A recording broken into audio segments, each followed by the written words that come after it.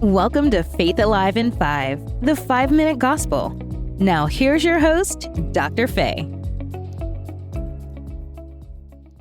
Hebrews 10:23 says, "Let us hold unswervingly to the hope we profess, for he who promised is faithful." Don't get it twisted, people, thinking that God's promises are like somebody else's promises to you. People promise us things all the time, promise us, Don't think that God is like that.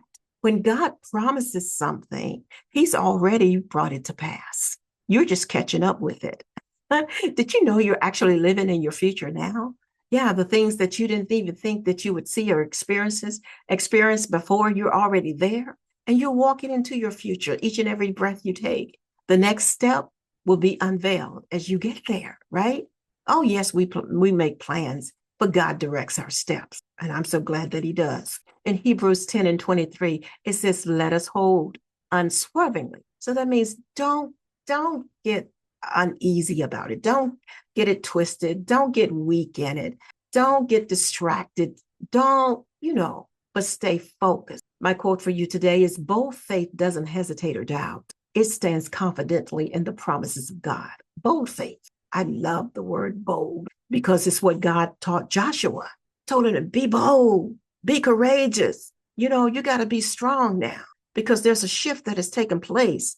Who you thought was going to be with you now is no longer with you. Moses is dead. That's over, but you're still here. Whatever has happened last year is over. This is a new day. This is a legacy year. It's time for you to lay some bricks and start building a foundation for legacy that cannot be erased. You're going to walk boldly in faith, knowing that God is faithful to fulfill his promise, always faithful. He could swear by no greater. He swore by himself. God is faithful. The 3 keys that I want you to take away today. Number 1, bold faith takes risk. It does. Bold faith takes risk. That means you will step out of the boat and walk on the water. Oh God, I hear you calling me to be a co-creator, to launch this business, to do this thing. But, you see, bold faith just steps out of the boat and walks on the water. Number 2, confidence comes from knowing God's character.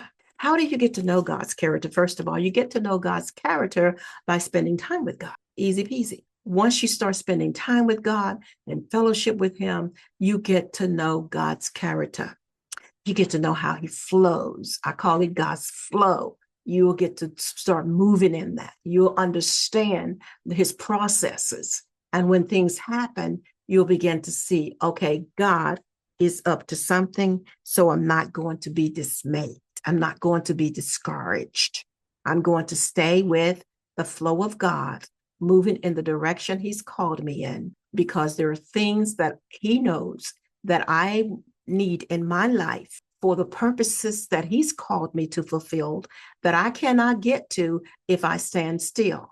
So I'm going to put my stilettos on and I'm going to go ahead and I'm going to ride this wave wherever he's taking me, where he leads, I will follow. I'm going to pull my boots on, my cowboy boots on, and I'm going to do what God has called me to do. I'm going to step out and get back on the tractor again. I'm going to get out there in the field again. I'm going to do it one more day.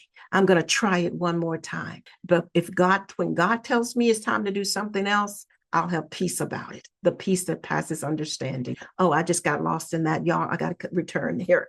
Confidence comes from knowing God's character. And the 3rd takeaway I want you to have is fear and faith cannot coexist. Did you know that? God has not given us a spirit of fear, but of power and of love and of a sound mind. God's peace that passes understanding, it'll come even when there's chaos all around you. There can be tornadic activity and you could be in the shelter with great peace. Not because you're in the shelter, the physical shelter, the natural shelter, but you're in the shelter of God. Yes. And you know that everything is going to be okay. So choose to trust God fully, even when circumstances seem uncertain. Choose to say yes. And every child of God, if you're a child of God, choose to say yes. If you're not a child of God, choose to say yes. Listen, I'm Dr. Faye, your pastor coach.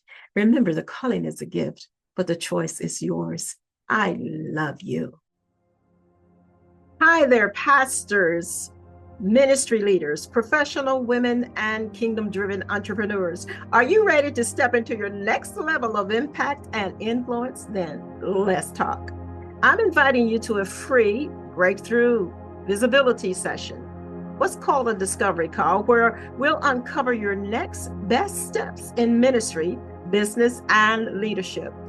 Clarity, strategy, breakthrough. It all starts here.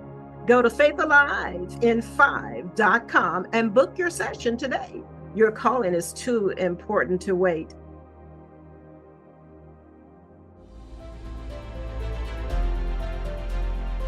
Thank you for tuning in to today's broadcast. Dr. Faye would love hearing from you. Contact her today at 870-860-9758 or email coach@drfaye.com. And remember, the calling is a gift, but the choice is yours.